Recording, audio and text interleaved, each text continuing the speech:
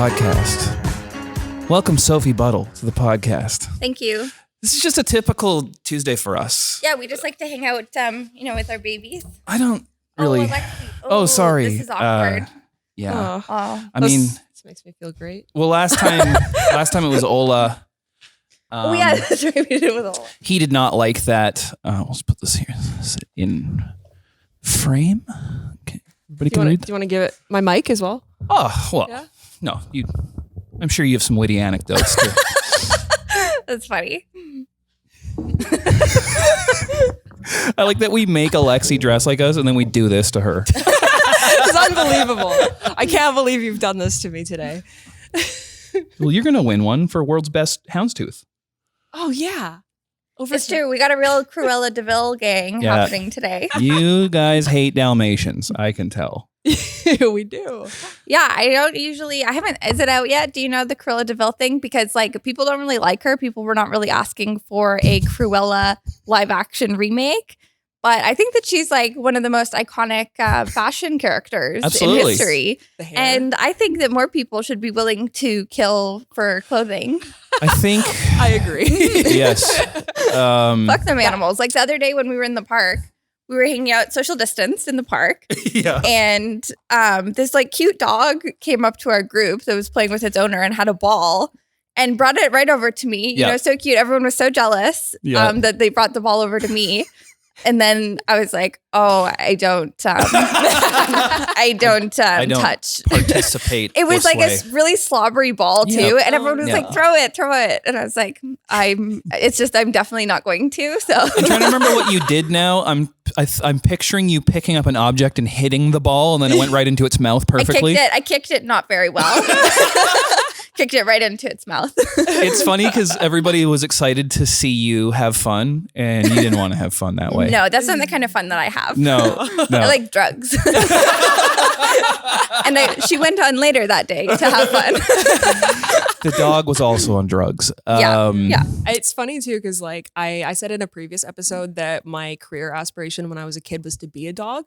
Yeah. But now as an adult, I don't want to get anywhere near dogs that I don't know. I don't like strange dogs. I like a dog that is not wet at all. Yes. And dogs are famously wet. How come the smaller the dog, the more they shake with nervousness? I like that. You like that? I like that when it's scared of me, so that because I'm very hands off. I have a very hands off personality, and so the anxious community likes that because they are able to come to me. I'm not pushy in that way. Right. That's why all my friends have anxiety disorders. Ding, ding, ding. Do you? Yeah, I have crazy, it's funny because I'm a weird mix of confidence, but also oh, fuck. Yeah. Jesus. It's true. It sways between God complex and I'm a worm. Yeah. I definitely think I can do everything better than everyone else. Definitely. But I also think I'm trash. Yeah, exactly. Oh my God. So speaking of trash, I gave my boyfriend a haircut last night. Oh, really? And I think everybody's been cutting their boyfriend's hair this year. Yeah. And I did a bad job. And I've cut his hair before. And I was telling him as I was doing it last night, I was like, this isn't as good as before, just so you know. And he's like, really? Because before was not very good. And I was like, no, before was good. This time was not good. And he's like, okay. And it's just when I was done, he ran his fingers through his hair and he's like, I can feel that it's all different lengths. Oh no. And he just really looks like Scumbro. And I think I've been talking about Scumbro style a lot lately, but I'm just very attracted to it. And I think it's my white trash roots. But it's just he just looks it just looks ragged like a rat. And I love it. It's so hot to me. I'm picturing here's what I'm picturing. I'm picturing Ewan McGregor in Train Spotting. Ewan McGregor, Train Spotting, Shia LaBeouf before we knew he was bad. Yes. Jonah Hill is a famous Scumbro style. He's not scummy. He just dresses Scumbro. And I'm trying to get Scum Babe style trending. I've Googled it. It seems like nobody's even said it yet, but Scum Babe is the future. Scum Babe that sounds like a music genre I would look up on SoundCloud. Oh, yeah, it does. It's very musical. Jonah Hill lost weight and then inherited all the clothes from James Franco's closet. Yeah. That does seem like what it is. But I think that anybody that's had a body transformation, loves to, like, if you lose a lot of weight, like, you love to make a splash with clothes. Because, like, when you're big, you can only wear, like, the clothes that are made for big people, which is never cool. No. So, like, yeah, as soon as you become skinny, you just, like, you have such a buildup of all the clothes that you saw that you wanted to wear. Oh, okay. It's everything at once. I know you guys both seem like you've never been obese, No, and I can't really. I will say, at a certain point a few years ago, I lost 40 pounds real quick. Oh. And then I could wear vintage t-shirts that I didn't feel comfortable in before. Oh, it's totally, for me too. It's all about the vintage t-shirts. Yeah, Oh, like remember when I came on your show, Obsessed with Sophie Buddle, first episode. That was the topic I brought was vintage t-shirts. Oh yeah. And then it's funny because our friend Kirby, he's the one he's like the best vintage collector. He's so far beyond like what I like now that he likes things that don't even look good to me really. Like it's probably Scum Bro. It is kind of but it's like definitely, ironic jokes that aren't funny on a shirt that's from the 60s. And then I'll be like, I guess that's cool, but That's so funny. I love when stuff is not ironic. Like I just rewatched This Is 40 and I really love Judd Apatow movies. And I feel like sometimes there's like a bit of a stink on it in comedy because they're so long. They're very like self-indulgent because they're all about his life. But to me, that's like what a real comedian would do. It would just be like, this is 4 hours of a situation I was in once. It like, should have been called This Is 40 Minutes Too Long. Because that movie, I remember it was so long, but it wasn't long enough for me. That's how much I love this movie. Well, yeah, but there was just that one scene with the whatever artist Paul Rudd is trying to sign. And he's like, what's on his hat? He's the Oreo? Yeah, and they're like, it's an Oreo hat. And then she's like, yeah, I don't think that it's ironic. I think he just loves Oreos. It is way cuter and way more pure. Yeah. It's like this iconic folk singer and he just loves Oreos. I love Oreos. Oh yeah, and then he comes out and they had been talking about how he's like not cool with the Oreo hat, and then he comes out and he's like, I gotta go, I got gout. I just love it. It's just cute. It's just like so not trying to be cool. The one thing I really retain from that movie is when Paul Rudd is supposed to be on a diet and his wife is like, what are you doing with cupcakes? And he's like, I'm not going to eat it. See, and he pours water on it and then just eats it anyway. Oh yeah. As if pouring water on a cupcake is going to not make it even better. Yeah. Well, yeah, it's like their cupcakes are dry, but like as he's pouring water on it, she keeps saying like, you're still going to eat it. Why are you doing this? Just put it in the trash. And he's like, see, what do you want to do today? Like just changing the subject. As if I'm not going to also eat a wet cupcake out of the trash. But this is the thing. This is what's beautiful about that movie is like, I have always maintained that in every relationship, there's a narc and a criminal.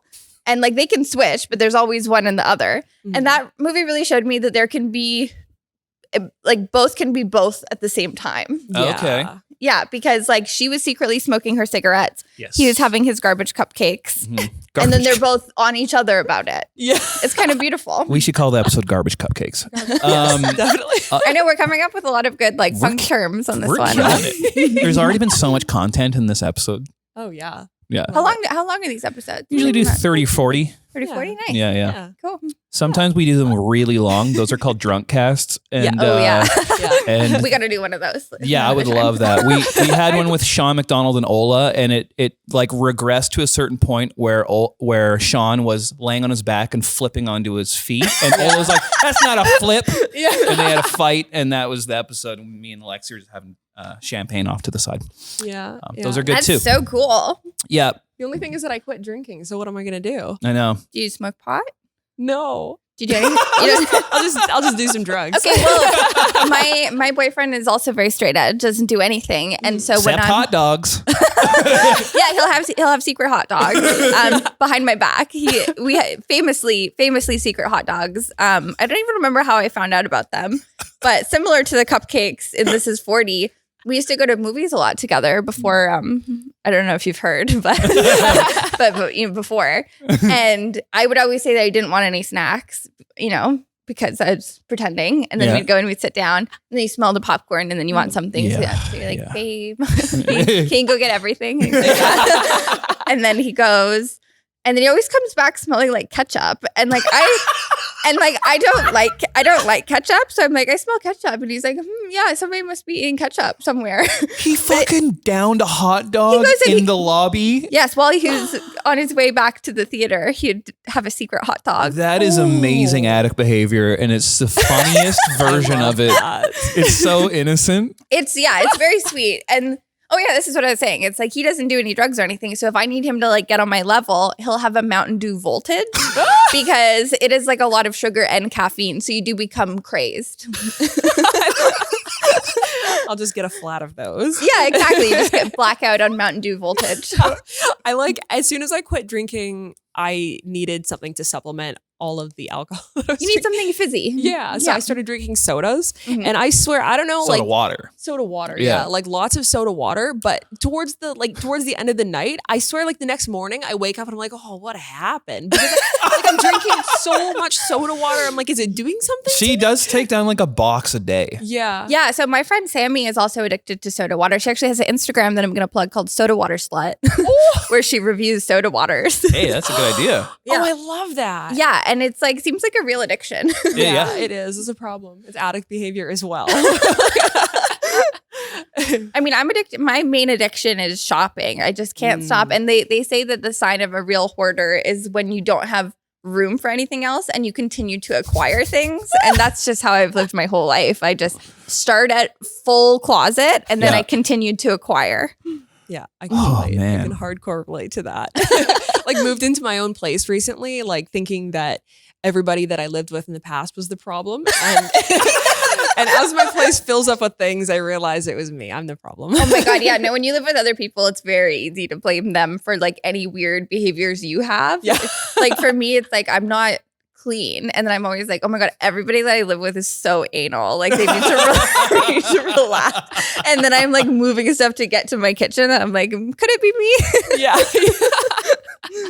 Oh man. And I think this is the thing. Society really tells us that women are supposed to be like very organized and clean. And I reject that. I think that it's somehow the patriarchy. Yeah. And I will not better my life. Yeah. That's like the one thing too. Like for me, I love collecting clothes. I know that you're the same as well. Collecting lots of clothes.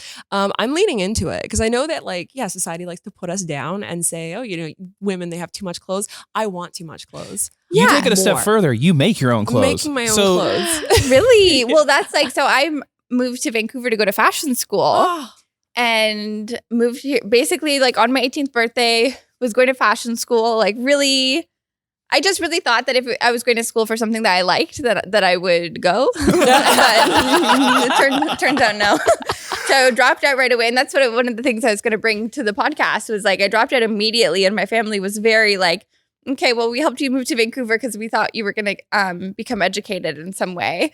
And I was like, no worries. I'll work at Starbucks for many, many years. So then love to do it. My pleasure. So started working at Starbucks, got into a relationship that was, for lack of a better word, dramatic. Yeah. And this was like going to be one of my day job stories. Please tell. Do tell. So I moved to Vancouver, when I was 18, dropped out of fashion school immediately, hot minute, like maybe a month was there. Made a couple friends that I'm still friends with. Oh, cool. But then immediately, went to Starbucks and started dating this guy that was like a lot older than me. Very dramatic. Both of us were not dealing with our traumas, just like a very unhinged relationship, as we can all imagine. And then I really liked working at Starbucks. And I always threaten that I'm going to work at Starbucks again. And like my boyfriend keeps being like, you don't have to work at Starbucks. And I'm like, I'm ready though. Like I'm just I think it's the white trash in me that it's like, tomorrow, if things get hard, I'm working at Starbucks again. Like I look forward to it. I won't do it unless I have to, but I'm ready to. Yeah. And I think that's the key to success is like be ready to work at Starbucks. Yeah. Anyway, I was like working there and I did quite enjoy it. I was famously the worst employee that has ever existed in the world. Like I gave away, if my manager was not present, I gave away everything for free. Everything across the board and made a lot of friends that way because our Starbucks was like the runoff for a bigger Starbucks. Like there's a big famous one downtown kind of.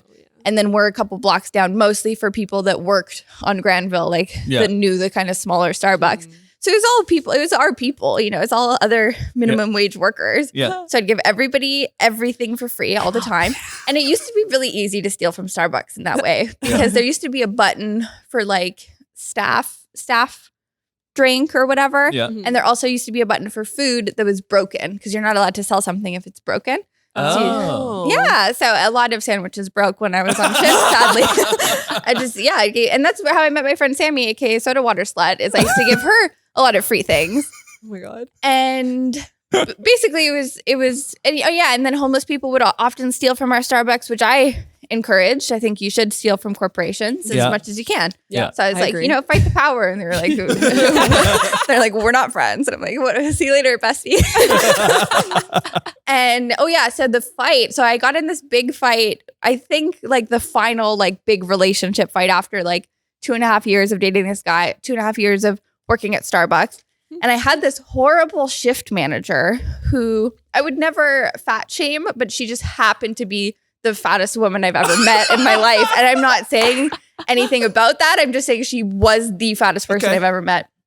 Just paint the picture. And was just a nightmare, like so rude to me all the time. We always had to open together at like 5 a.m. and she'd always be late and she had the keys. So I would just be standing on Granville Street, like scared. And then I would be like, hey, can you like let me know if you're going to be late in the morning? Because it's pretty sketchy out here. And then she'd just act like I was just the narcist, such a narc. Like, you're going to, you know, and I was like, I almost got peed on. Like, come to work on time. Out here. And like, so I already hated her. And then I had this big relationship fight and was in a bad mood, but was still polite. Like I don't take it out on other people. So it's like being polite, just not in a good mood. And she was like, you need to fix your attitude because it's rubbing off on me. And now I'm in a bad mood. Oh, shut up. I know. And it was after like 2 years of like a lot of tough things happening. Mm-hmm. So she said that to me. And then I just like went into the back room and the store manager was there. And I was like, I'm not coming back. And then I left forever. Whoa. Wow. Yeah. So sometimes you just really need to change your life, I think. Yeah. And so, you know, break up with your boyfriend, quit your Starbucks job. Yeah. Just get out of there. And I still stayed friends with some of those people and stuff. So I found out that like 2 weeks after I quit, she got fired for stealing coffee machines. Coffee machines? The whole machine? Machines. And not the like Keurig, not the like pod machines. The industrial size ones. How did she even steal it? I don't know. Plural too, like Sounds heavy. more than one. She was stealing them a lot. What? And they had been kind of monitoring her for a while. And then they finally nailed her. No way. How do you, was she selling them to other Starbucks? Like, what do you even... I understand keeping one, because you already know how to make coffee with it, because that's your job. It's like, I always wanted one, because the machines they have back there are great for... You press a button, but it still grinds the beans and stuff. Like, they're quite expensive.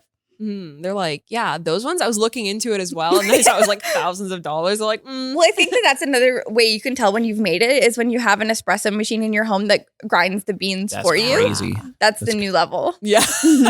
like how you and I were talking about how we can't actually do anything that's like... Can't do anything. I don't know how to make coffee. Useless. I don't know. You don't know how to make coffee? No. Like out of a drip or just in no way? I've never tried to make a cup of coffee. Really? I don't know how to cook anything. Like, you don't know how to cook anything? Not really. Like nothing. Like I couldn't... How do you eat? I just eat out every single time. You just eat out every single time? Every single time. And I eat once a day. So... that makes it a bit easier. Yeah. But I just don't even want to... Don't know how to cook? Make it an eating disorder. run with it, Fierce. Yeah. Oh no. I can't... Like, it's funny though, because, I can do all these other really niche things no one can do in our industry, but I can't do the simplest things adults my age should be able to do. Well, my boyfriend also cannot cook one thing. And it's so funny because I'll make like very big, like I used to work in a kitchen and I have a regular skill level for cooking. Mm-hmm. So I'll make like chicken and rice or something. And Mace is like, he always says like, this is gourmet. Like he always is like, this is like to Wendy's. He literally says, he's like, this could be in a restaurant. And I'm like, no, but it couldn't. That's what's like so sad about it.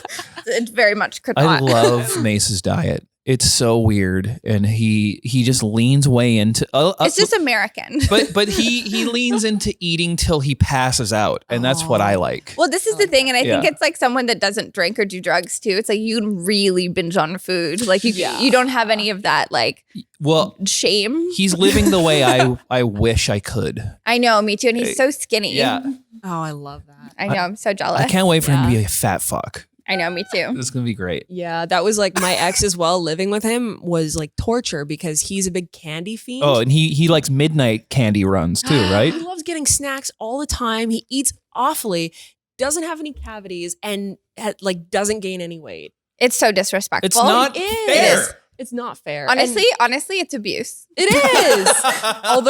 although now he is gaining weight. Okay. That's nice. That's a gift. When an ex gains weight for you to help you get past them, it's like very kind, I think. Yeah. Take that, Jeff. Jeff gets dealt with on here all the time. Yeah, we had Randy Newmeyer on, and she's like, "Why are you with him? You're way hotter than him." And she just left it in there. And he saw it. Yeah. I think that's good. I think that you're way hotter than all of your exes. And you can loop that. You can loop that. Thank you. I will. Okay, good. I'll get playing on a loop in my house.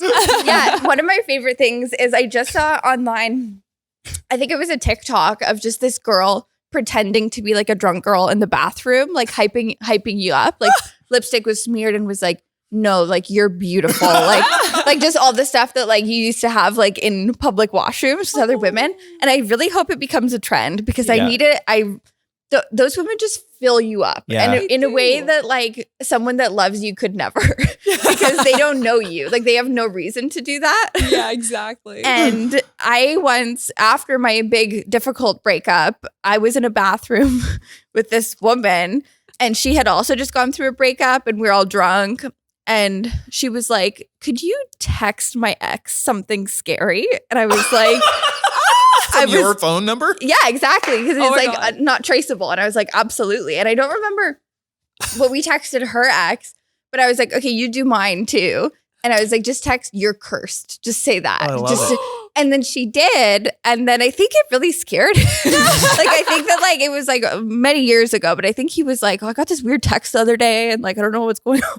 And I was like, oh, that sounds tough. Sorry you're going through that. Yeah. Oh, no way. But I just really miss that kind of camaraderie. That is nice. I'm definitely, I love being like the hype person in the bathroom. Like Yeah. drunk. Yeah. That's my thing. That's my bag. You should do a sketch that's like hype man, like before That's like a a show, really good but idea. girl in the bathroom, Yeah. hyping girls up as they come in crying, like just going crazy. That's Put like brilliant. a silk robe on them with the hood, you know, just Oh, like, hey, yes. and put Vaseline on their face. That's so funny. You should do And then that. lip gloss. Yeah, fix their eyeliner. Oh, so good. I don't know if there's a male version of that. No? Men just all do that automatically with all other men. Yeah. I find that That's a lot. just our only time that we have peer support. Yeah, I get that. It's a safe I space. find though that I'm so complimentary to people that I make it weird, No. and I mean it. I'm like I've complimented both of you a lot of times. Mhm. I see it and I say it, and Yeah. dudes are like, oh. Okay. I love it though. It's very pure. Mace is like that as well. Like Yeah. just like Mace is. oh, good for and that. as we were actually talking about this last night because when I was 12 or 13, my dad gave me the book The Game. Do you guys know that book, obviously, Of right? course. So it's like where like negging was invented. Yeah, I saw Alexi get negged by a past employer here. yeah. It was pretty funny. You sneeze, your face gets all weird. It's cute. Yeah. Oh my god. Oh my god. That's It was so funny. I loved that moment when this past employee said this and Kevin was there and then he left and then I had the game explained to me. I told her exactly play by play what just happened. Yeah, I mean, it's so obvious once you Yeah. see it. And that was my dad's intention, but he gave it to me when I was too young. So I had this, 12-year-old boys coming up to me being like, you want to go to a movie? And I'm like, nice try, not gonna fuck me. Like just so defensive for no reason. Like it was like, I shouldn't have read it. And Mace and I were talking about it last night because Mace does the opposite of The Game. And I think you do too. Like just free compliments. Like, but I'm not even flirting. I just see a thing and I'm like, "That you're great." No, it's true, but it's just like the opposite of those weird games, because the whole point of the game is like basically putting other people down to make yourself seem better, which is just bullying. For sure. But also wearing a Jamiroquai hat while doing it. Yeah, exactly. Well, Mace, like he would not say that he was part of the pickup artist community at all. But when he was little, he used to watch like pickup artists. Wait a second. YouTube videos. Mace. Wait a second. Mace is from the city of the biggest pickup artist of all time, Mystery. Mystery is from Hamilton. Wait, why do you know about pickup art? Because I love that culture. Boys love it. Boys love it. It's so hilarious. You have such an extensive knowledge I know. of Who's Mystery? I've never even heard of him. Here's where it started. You know him too? just through Cavi. Oh, Neil Strauss, who's a writer for Rolling Stone, I was a big fan of his books. He wrote the Motley Crue book, The Dirt. He wrote the Jenna Jameson book. And then he moved in with Mystery because he'd never been with a woman. And he's like, why can't I get with women? And he wrote the game too, right? He wrote the game, Yeah, Neil Strauss. But Mystery had already written a book called Mystery Method.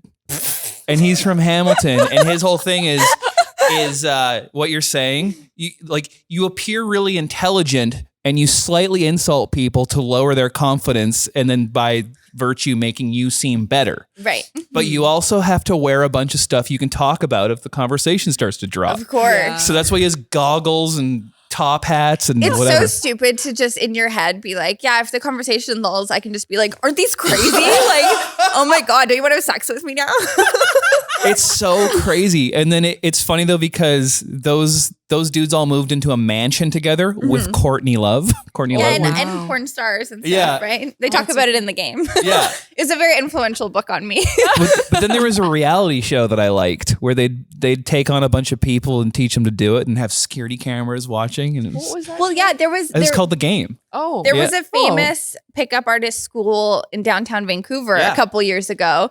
And I remember it because I don't remember where I was working, but I had to walk basically every day down Robson to get home. And basically every day for like a week or two, some guy would like come up and like walk with me and try to hit on me. No. And I was just like, wow, like still got it. Like I literally was like, I guess I'm looking hot these days.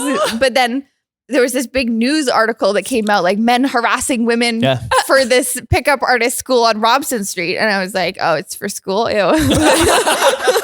Just thought I was looking good. You're like, I just dropped out of school. So Yeah, you know my I stance had. on education. I honestly love dropping out of school. I wish that I had dropped out of high school as well. But a lot of people really made an effort to get me through high school. Same here. It was a real team effort. It was a real miracle.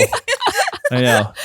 I got to the point where I was like, I have enough credits, and then I just like really blew it in the last semester. But it didn't matter. I was like, I'm good. You still graduated? Yeah, but Yeah, we just all barely. graduated. Can It's you a believe miracle it? I did. The three of us definitely should have dropped out of high school. Well, Soph, didn't you used to you and your mom just go on vacations all of a sudden in the middle of school sometimes? Well, I went to Louisiana for exams week because I had a boyfriend there.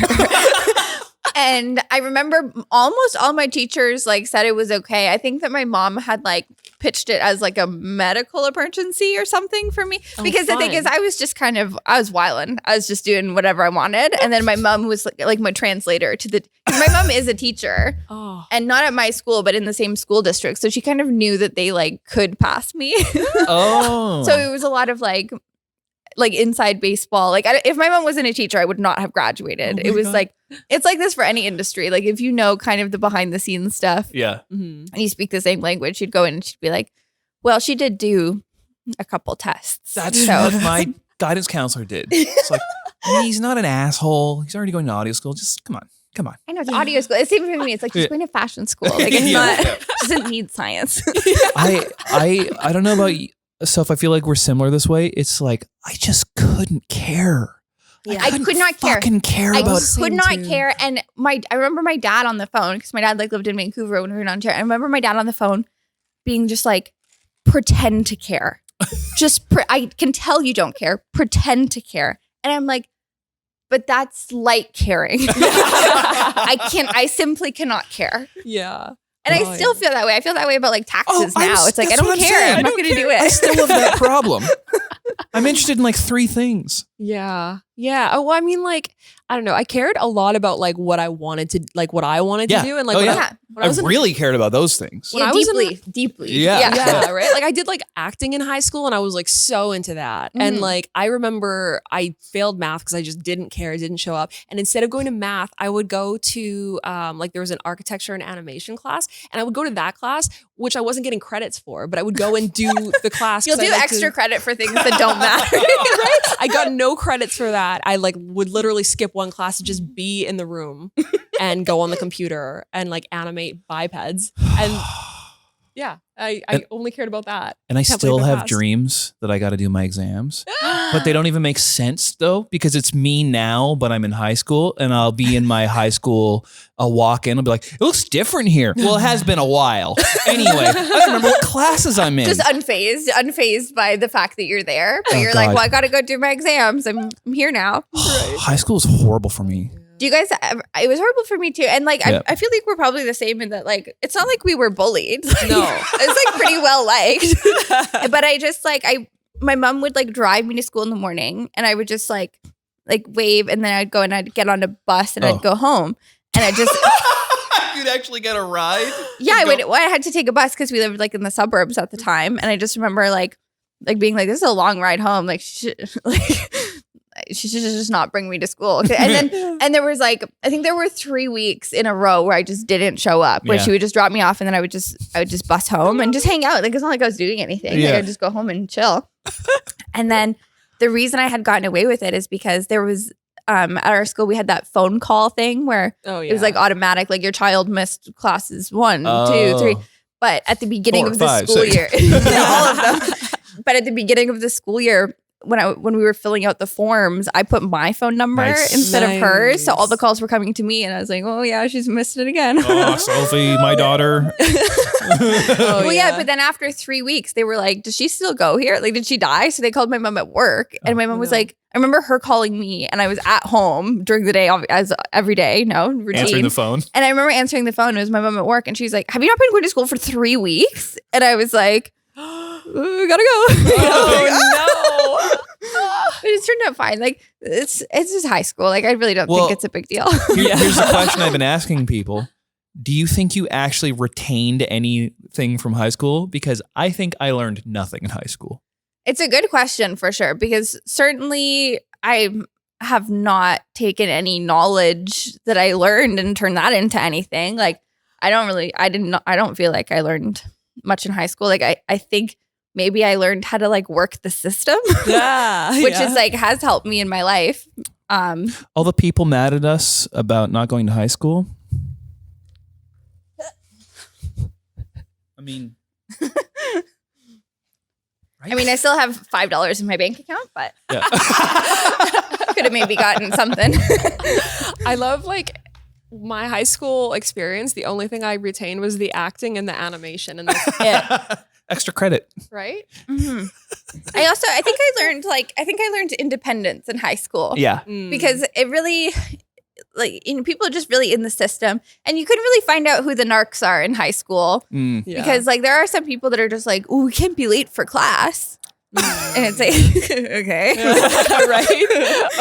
I used to go to Montreal on Fridays, at the beginning of the day on Fridays, because I have like we call her my aunt, but she's like just my parents' friend. They were all punkers in Montreal together, and she still lived there. Yeah. And so I would Greyhound to Montreal on Fridays during high school and crash on her couch because Montreal had stand-up shows on the weekend and Ottawa didn't have. You know what's so crazy though? Like how you said like you grew up in the Ottawa scene, so you just thought that was it. I've had the opposite experience because I've started seeing like a lot of stand-up shows here, and then I'd go elsewhere and be like, writing here sucks because Vancouver's writing is so good. Well, that's what I found too. Like I remember when I first came here, it was like just a city of writers. Because of all of the autism. just not a drop of charisma in the city, but the writing is tight. But that's what's weird is like in LA, it's like LA is where everyone goes to get got charisma. There's no writing a lot of the time. Yeah, no, and I'm also joking. Like there's a lot of charisma in Vancouver now, but you know, there wasn't always. For sure. That's the thing though. It's like in stand-up, there really seems to be a big divide of like within comics of being like, oh, they're a writer, like they're a good writer, or they're a great performer. Yeah. And it's always a little bit tongue-in-cheek, like you have to be one or the other. Yeah. And like the people that do really well are the people that can do both. Yeah. And I think everyone kind of feels slotted into whichever one they kind of play as. Yeah. But I think that both can be learned, like both other sure. sides, especially if you're good at one of the things, like the other thing is kind of similar. Yeah, for sure. It's true. I feel like some people are born with an advantage if they, this is a weird thing to say, but if they have a good voice. Yeah. Like I always think great actors always have like really nice voices. Totally. And you guys are obviously in music, so you, of course you like a nice voice. Yeah. But it's very true. There are a couple comedians who I think are good writers, but I find their voice very grating. Yeah. And so I can't enjoy it. And it's true. You need to have a voice that people like to listen to. Like imagine if Denzel Washington had just a trash voice. Like a super high-pitched nasal voice. Well, I remember like when I was single, I remember going on this date with this guy who I had like matched with on like all of the different apps, and I thought that he was really good looking and like really cool. Like I like a cool style. Mm-hmm. And then I remember we met up and I was so excited because we had matched, and then he had like not messaged me on anything. So I was kind of like, oh, whatever. And then eventually he messaged me and was like, let's meet up. We meet up. He had the tiniest little mouse voice, but not in a cute way. Like he was a huge man and had just, hey, what up? Oh, it's so nice to meet you. You don't need to out Dave Harris like this. Dave has a lovely little voice. I love his voice. I love it. That's crazy. Yeah. Yeah. I guess dating apps, it's like, you never yeah, you know. should say, but that's like, because it's like he had his height in it. And you know how guys, any guy that's over 5'11" will put their height in their bio. Oh, yeah. It's just how it is. yeah. But they don't put those other, I think there should be like a dating app that's like called red flags. And you just like, you just put in the things about you that are your red flags or like the whatever your things are. Yeah. And then people should have the right to judge based off of that. You know, me, Sophie, hoarder, idiot. It says idiot. I think that would be helpful to know for people. Kevy, and I try to convey that in vibe, but sometimes it's nice to just let them know. Cries under pressure. Just so you know. You cry under pressure? Not really. Like I get, I do this shutdown thing where I'm just like, oh, she sees it. I'll just be like, you become withdrawn. Yeah. Yeah. It's weird. I noticed too, a comedian yelled at me this week that I respect, and I shut down in a PTSD way. I'll tell you about it after. But I was like, I got mad at myself for still doing that. It's like, damn it! I've been in therapy for 2 years, and I know, but we have to forgive ourselves for our reactions to things. But then I go the other way, where then I called back and I was like, you can't fucking do that. But now I'm like too mad. You know what I mean? And so now I got to level it out somewhere, because it's funny. A friend of mine was like, I think sometimes people use you, and that really hurt my feelings because I think he's right. Yeah. That's you know so funny. I mean, that's always the thing that really gets a rise out of you too. If someone really like nails you, like I got kind of mad at my friend, and please take this part out, but I got really mad at my friend because she told me that I have a lot of triggers, and I was like, no, I don't.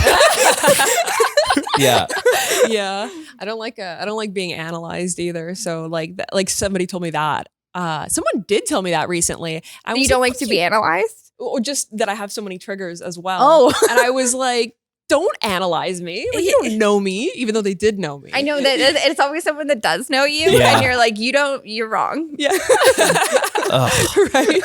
You don't know anything about me. You start changing things about yourself just to spite them. Yeah. I wonder if it, I get sleep tattoos. I'm like, what about now? What about now? You guys got a lot of triggers. All right, Sophie, thank you for coming on. Yeah, thank you. Thank you. Heavy.